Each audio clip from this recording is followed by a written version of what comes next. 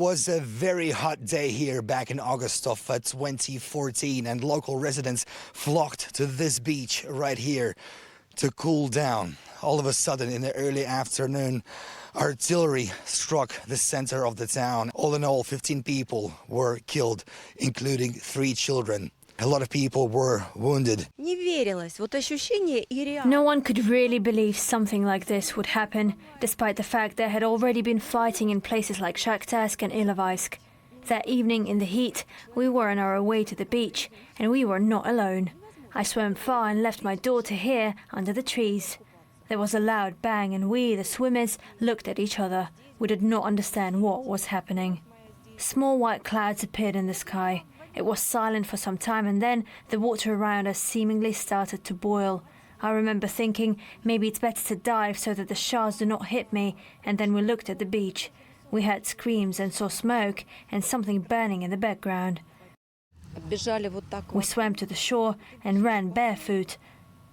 And the only thought I had was, well, in what state will I see my daughter? Thank God I did not see her dead. She was sitting in the car with blood on her, but looking at me fully conscious. As it later turned out, a shot went right through her, and it was then I realized that miracles do happen. We visited the local community center where we found a list of names of the people that were killed here in 2014, and we found the same last names, Yevgeny and Anna Kostenkov, father and daughter. She was only 2 years old when she was killed. Here, mother, father, and a 5-year-old boy who were also killed here on that day. And this is what they looked like. This is the 5-year-old boy right here. And this is the little girl with her father that were killed by Ukrainian airstrikes, who, according to an investigation, used cluster bombs to kill all these civilians back in August of 2014.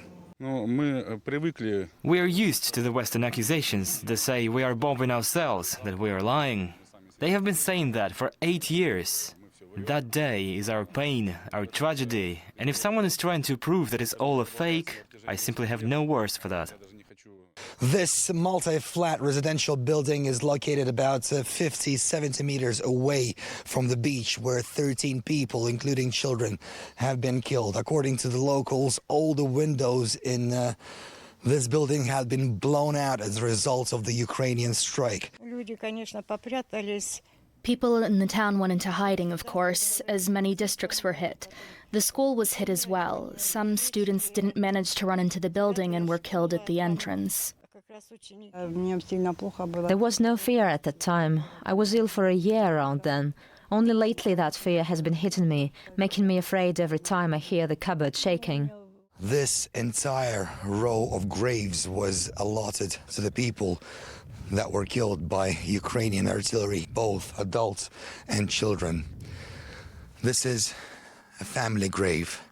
Irina, Daniil, who was only 5 years old, and the father, Anton. Now, dozens of people rushed to the scene to help those that were wounded and to carry away the bodies of the people that were killed. I spoke to one of those people who was on the scene on August 13th. There were so many wounded people that day. Residents worked together and provided any help they could. Anyone could stop their car and help drive the wounded to the hospital. After that, we were asked to gather the dead.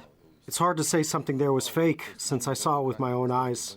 For the rest of my life, I'll remember lifting the body of a 5-year-old boy in the presence of his father, completely heartbroken. Local residents set up this memorial to remember those that were killed here on that hot summer day in August. The plaque here reads, "Eternal memory to our relatives, loved ones, children who died here during a barbarian attack by Ukrainian fascists. We will never forget. We will never forgive."